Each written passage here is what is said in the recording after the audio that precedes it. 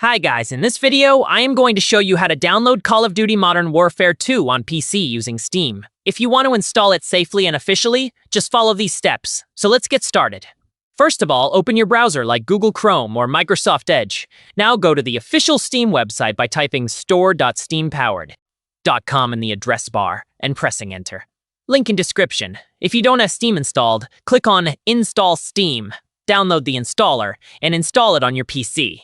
After installation, open Steam and log into your account. If you don't have one, create a free account. Once you are logged in, use the search bar at the top and type Call of Duty Modern Warfare 2. Click on the correct game from the search results. Since Modern Warfare 2 is a paid game, click on Add to Cart or Buy Now and complete the purchase using a safe payment method.